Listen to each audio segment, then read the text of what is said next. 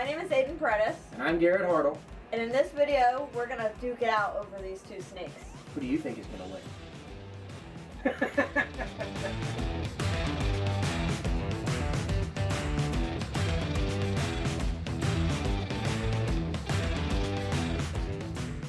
Alright, so this video is actually going to be a comparison video between what? High-end snakes and low-end snakes. So we're going to pick two snakes that we have available, one very reasonably priced, and one kind of at the top end of our price list, really, for what's available right now, but similar genetics, and explain why we think which one is best. So what do you have there? I have a Sunfire Snow. And I have a Sunfire double het purple anery. In other words, so Snow is purple and anery together. So you have Sunfire, purple, and anery on your snake? Yep. And so do I. Sunfire, purple, and anery. It's all there. How much does your snake cost? $5,500. How much? $5,500. Okay, my snake is $750. And these are both females. Yep. Okay, now what's your, like, background, bloodline percentages and stuff on yours? So, my snake is 37.5% super dwarf and 18.75% dwarf. So technically that would be considered a dwarf, but it's like a high percentage dwarf, and there's a lot of super dwarf in it, 37.5. Now mine's only 12.5% super dwarf and 37.5% dwarf. So again, a dwarf snake. So both, by label, would be considered a dwarf. Well, why do you think your snake is better than this? Okay, well first, right off the bat, $750 versus $5,500. I mean, there's not a lot of people who can drop $5,500 on a snake, no matter how much of a trophy animal it is. At $750, I think that is very much within the realm of anybody who really wants to make it happen. You know, they can set some money aside, grab a nice female, and start a breeding project. I mean, if I had $5,500 to spend, I'd literally be choosing between one of those or 7 of these at the same price. Not that there's 7 available, there's only one. But you get the idea. I can get 7 times the snake, 7 times the egg production down the road, you know, and it still has, like we said, all those same genes, Sunfire, purple, and anery in the snake. You just can't see it. So why on earth would that snake be better than this one? Well, she's pretty now. Look at her.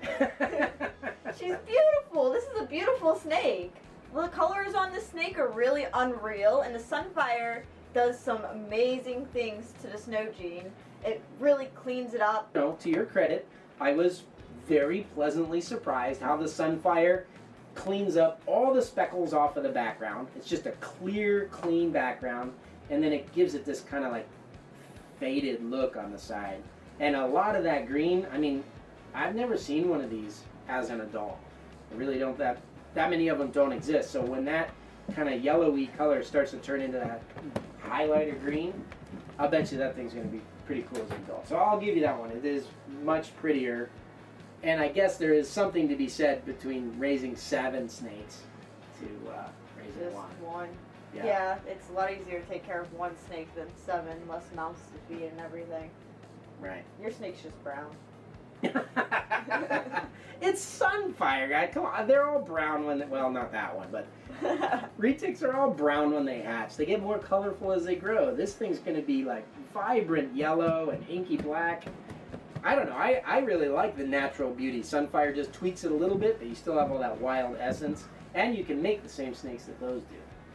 So, okay, so the second thing that I like best about my snake is that this is a great animal to add. Like, that is like, I'm starting a whole project. You know what I mean? This snake is like, okay, I've got some snow projects already going on. Maybe I have a het albino female. Maybe I have an anery female. You know, or an anery platinum. Something cool like that. And I plan to buy, let's say, a snow male. This would be a great way to add Sunfire to the projects. Because Sunfire is actually pretty rare in dwarf and super dwarf projects. And it's very rare in snows.